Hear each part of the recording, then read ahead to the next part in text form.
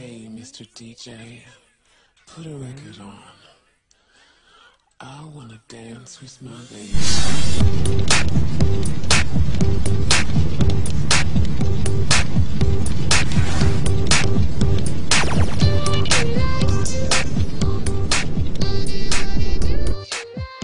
We now recognize that nature is designed, the geometry, the structure of nature is designed on the basis of what is called fractal geometry. And fractal geometry is unique geometry, not the one we learn in school. The geometry we did learn in school, called Euclidean geometry, you can't model nature with it. All those triangles, cones, cubes, and spheres are not what nature really looks like. But when we were 5 years old, in kindergarten, we made a tree. We made a Euclidean tree. We had like a cylinder for the trunk and a ball for the top. But obviously that's not nature-like. That geometry is not the nature geometry.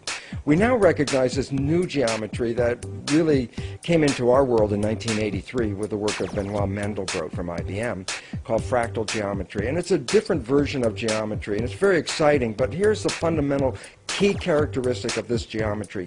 Built into the nature of the mathematics is a reality that images of the structure repeat themselves in a very self-similar fashion at any level of the organization that you're talking about. So if you want to talk about cells or people or civilizations, they're all built on the same geometry. But the key word for most people to understand is that this geometry links an ancient mystical understanding.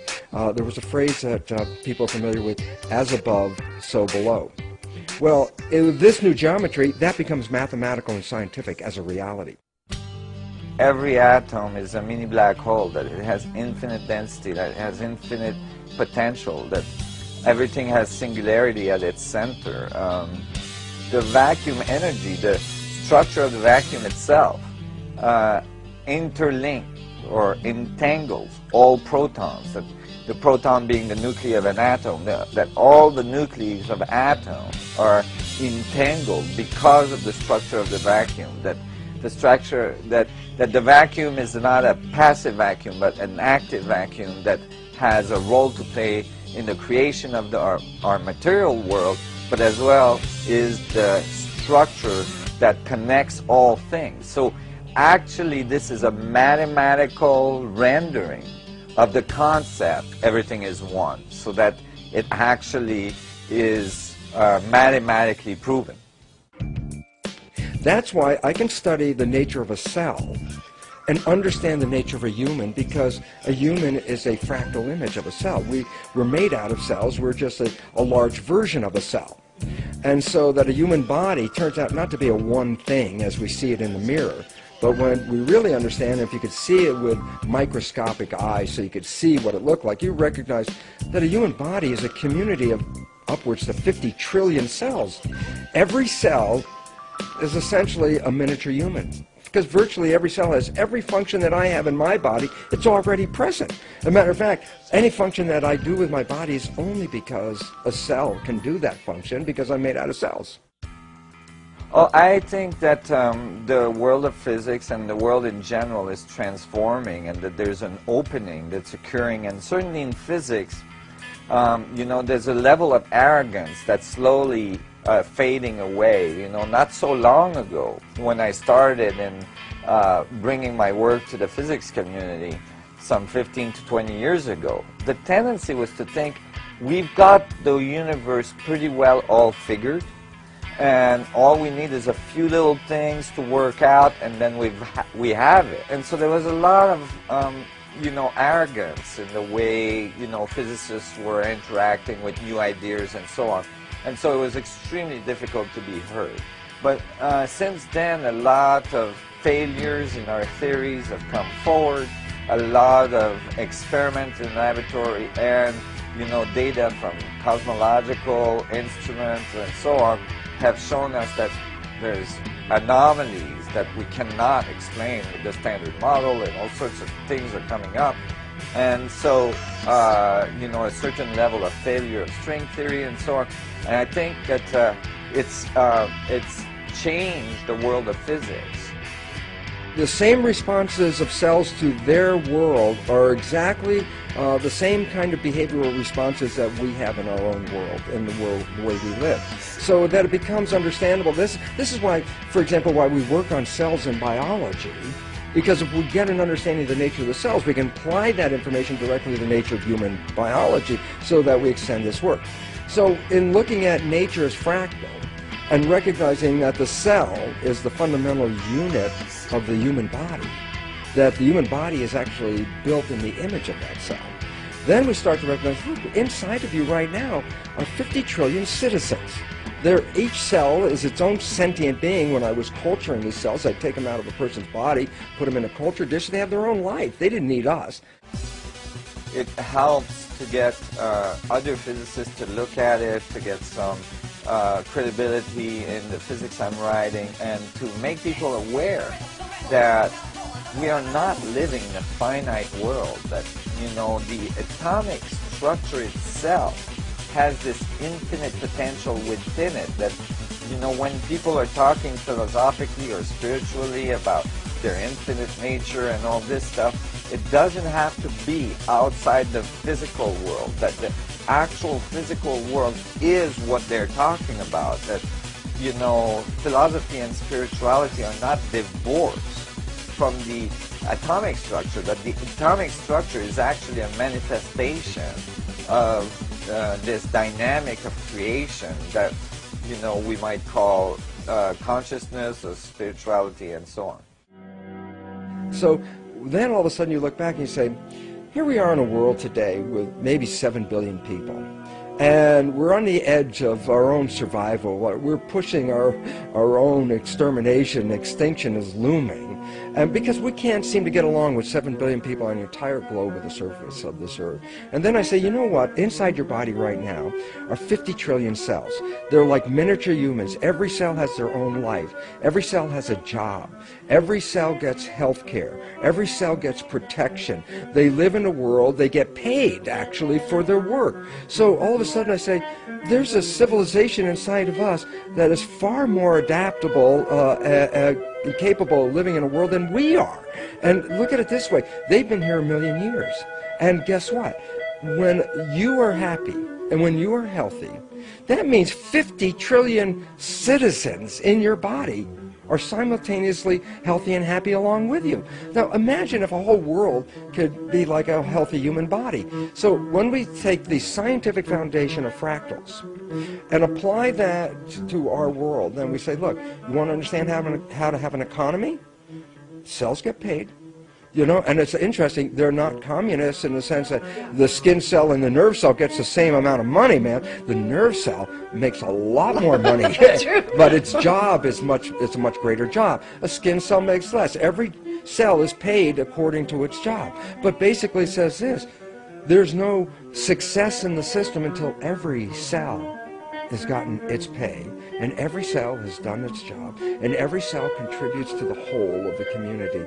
And then you look inside that community and you figure, my goodness, how did they figure all that out? And the answer is, well, as above, so below. So if we look at the nature of how it works inside, then we are given evidence through nature and through fractal geometry of how to do the same thing out here in our world.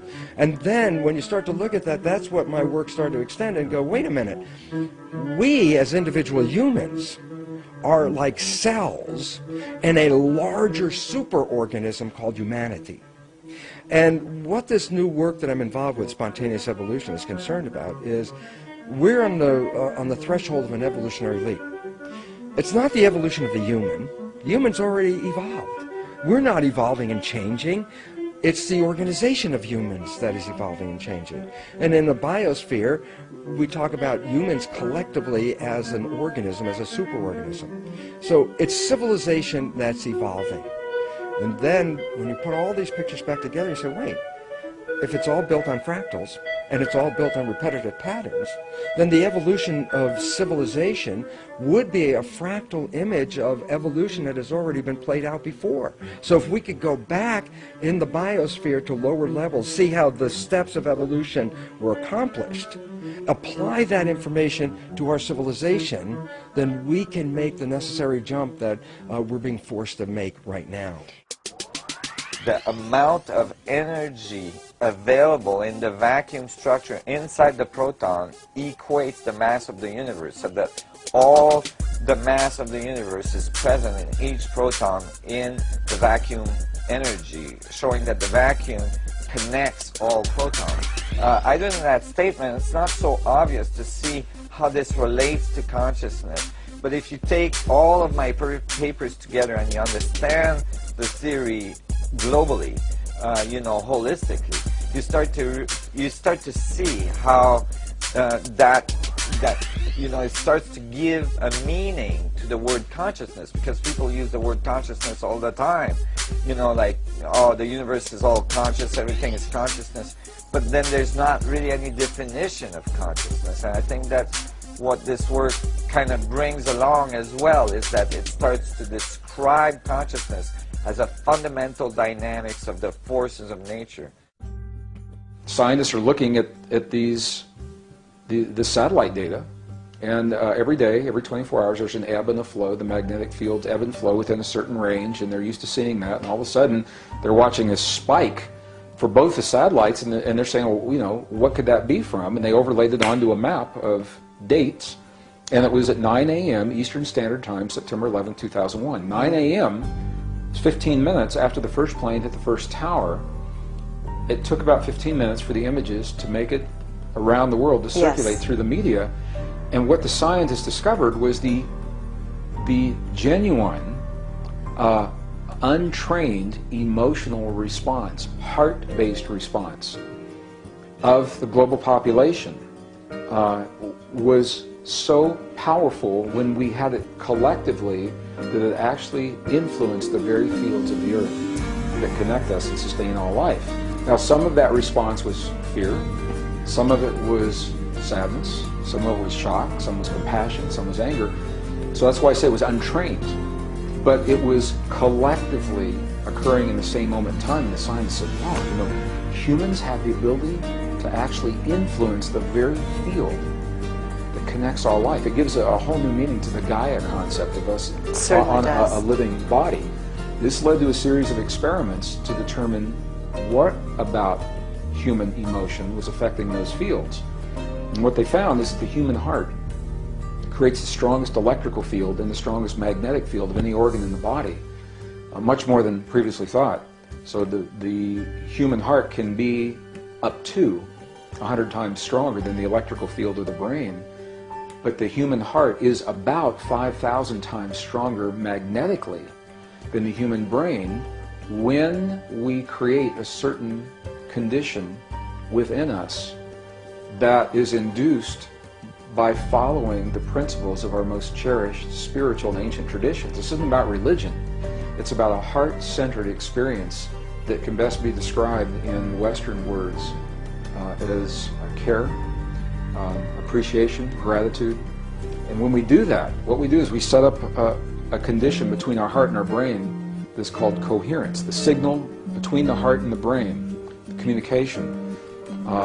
When the feeling is optimum, that signal can be measured about 0.10 cycles per second, 0.10 hertz.